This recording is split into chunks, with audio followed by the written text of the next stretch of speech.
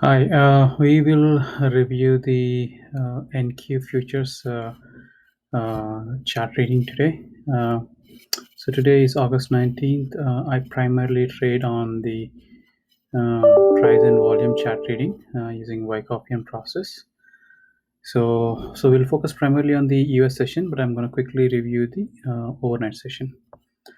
So you see this gray plus line. This is the yesterday's high. So gray plus is my yesterday's high, and then blue is typically my today's high. So as you can see, it went it so the entire day. It kind of played around that high, the overnight, basically not the entire day, the overnight session. You can see that it tried to break once, couldn't do that one. It went back again, and then it broke again. It came back and then tested this one, but there was not good demand. Again, tested it. It went a little bit up, but it was not too far. Again, came up here. And the next time it tried to go, it did not go anywhere. Broke the support, became the resistance. It tried to break it again, couldn't do that one. And this is place where supply came up again. If you are like trading overnight, this is a good place to take a shot. And of course, so this is another place to take it long. Good place to take a long. This is all overnight session, so we don't need to worry about like prime if you're in Europe or like.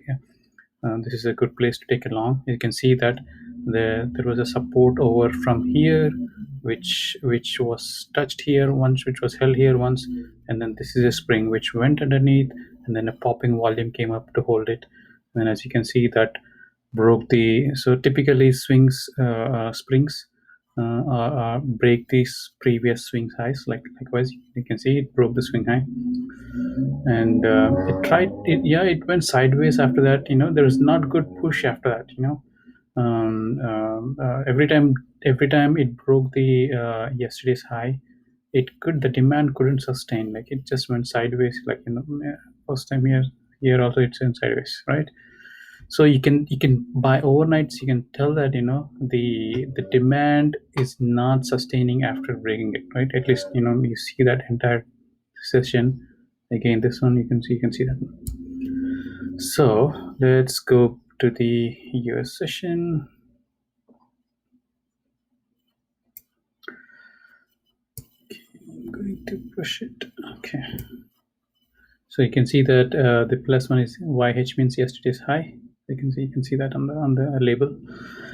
Okay, so around 4:10, so I'm in Pacific. So that's why you can see 6:30 is my US Open. This is a US Open session. But around 4 o'clock in the morning, like that's almost like 2.5 hours before the US session, a strong supply came and then broke the yesterday's high. Okay, which is our support, right? So just support, now it became resistance. And see, it comes here, and remember this the spring that we just spoke, the overnight spring. It came up, and then the demand did not come here. You see that poor choppy up move compared to the down move, strong down move. So you can see that the background is supply selling, a weak demand, again supply comes up. See this one. So if you're like awake, like this is a good place. This is a good place to take a shot. Not a good place. I mean, I wouldn't say in an ideal place, but at least the chart reading, right? If you're taking a shot on and all of these things, you can hold on because it is not strong. It's not such a strong demand. Anyways, so we are not going in deep into that one. So the thing is good supply, weak demand, again the weak demand. So around even the 5 o'clock, you can see that there is not demand that is coming up to come and take push it up, right? So now morning I woke up. The first thing I did was I drew this line because I saw multiple touches, support holding, and then price tried to hold it here. So this line is by the morning session, by before US Open. This line is there, but, and then it's a significant line because of multiple touches, right? So what happens? So see the US Open session. So it tries to go up that our resistance, couldn't do that one, and then close below. Okay, so the entire background is supply. Okay, and then the supply has proved itself by rejecting this one. Nevertheless, this is still a demand, but and then a good demand. But of course, one bar, good demand bar, could not cannot break the entire sessions like this. Like this is a strong session, right? Strong supply. So, and then also, nevertheless, even with such demand, it couldn't break this one. Okay, so but we are the only aspect is, okay, still we know that, okay, the demand is sorry, the supply is still in the background. So supply is the bias, we are supply bias. Okay, and then see the next bar. So it goes, and then it touches the, or yesterday's high. This is another key resistance. As you can see, the overnight session has tried to play around that one.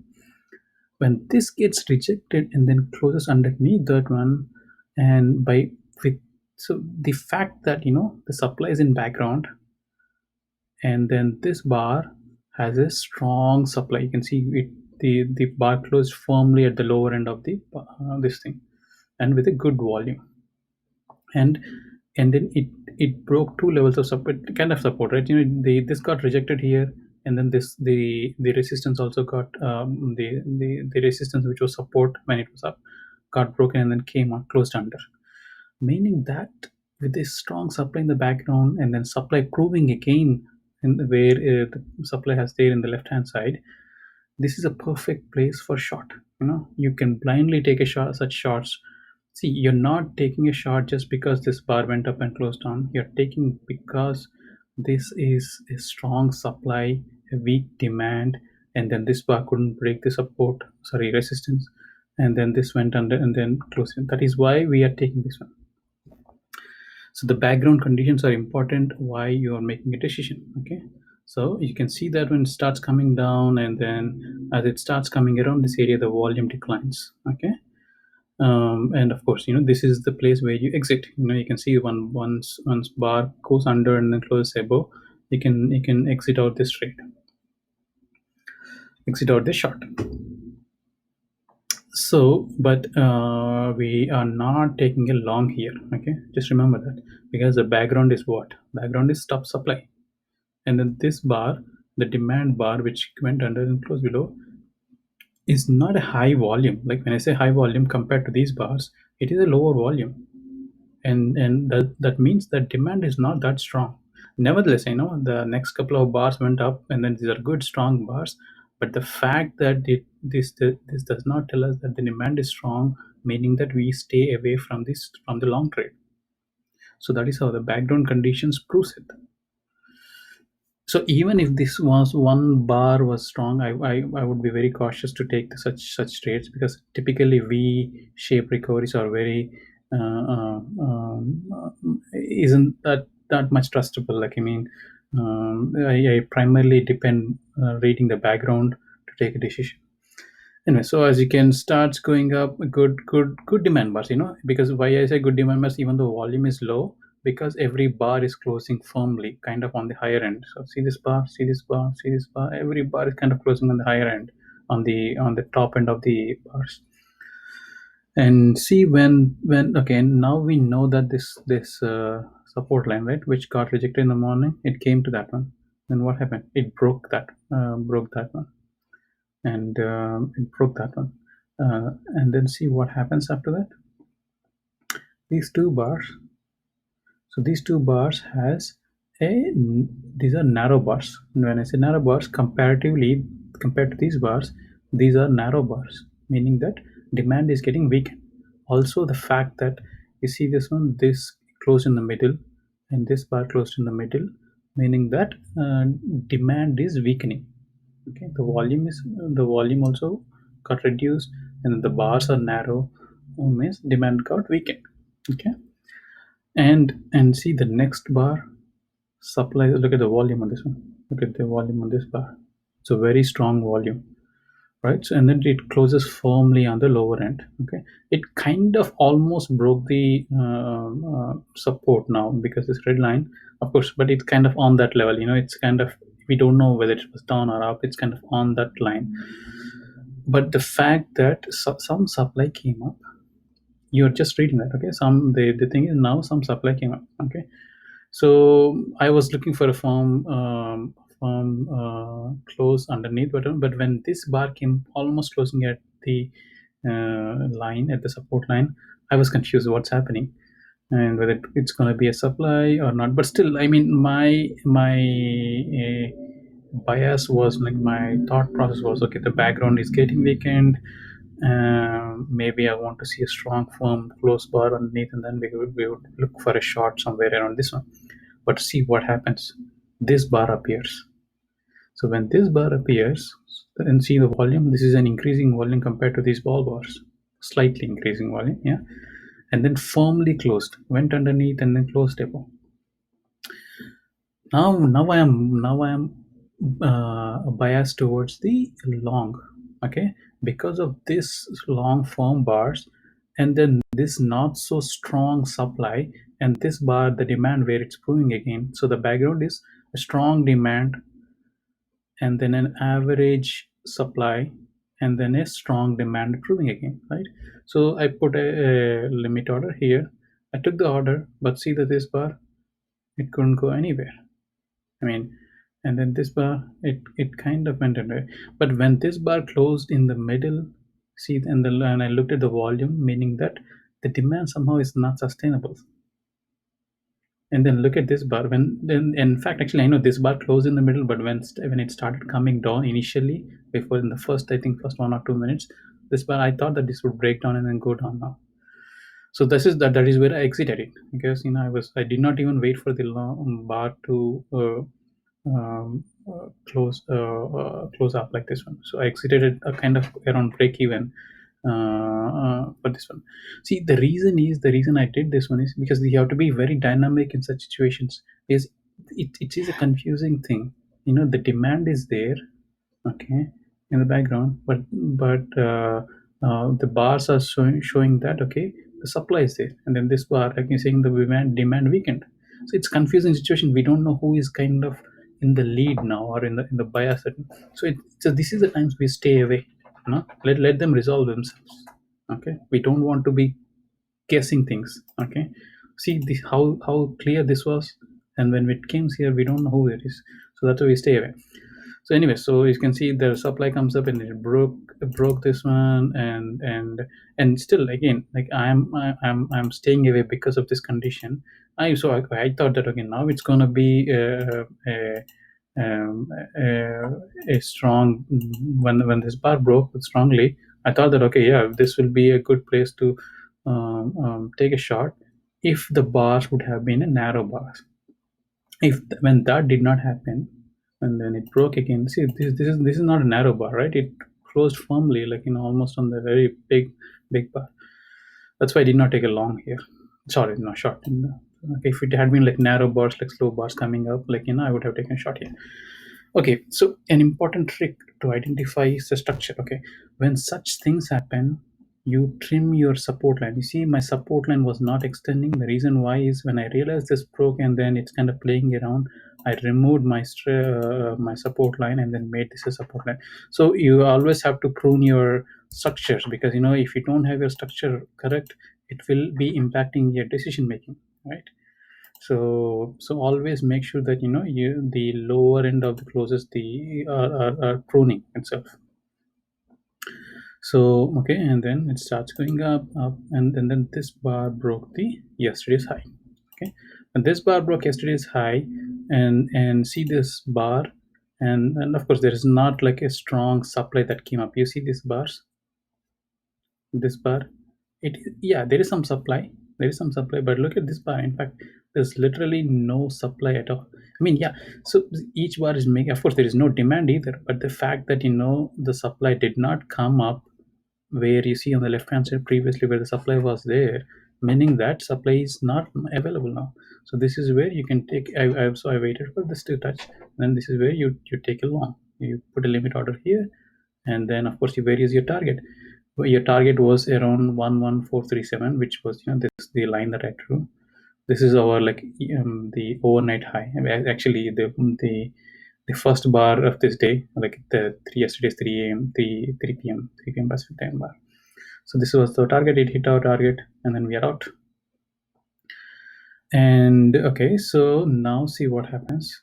So as it starts coming down, these bars, these are all like, there was not an ease of movement. When I say ease of movement, this was called as ease of movement. See this bar, nicely, easily going, like within 3 bars, it touched this one. But when this coming down, these bars are unable to push easily downwards, right? Every bar. So you see, so this bar closed here, and then this bar only closed. So the end of this bar, it only closed up till here.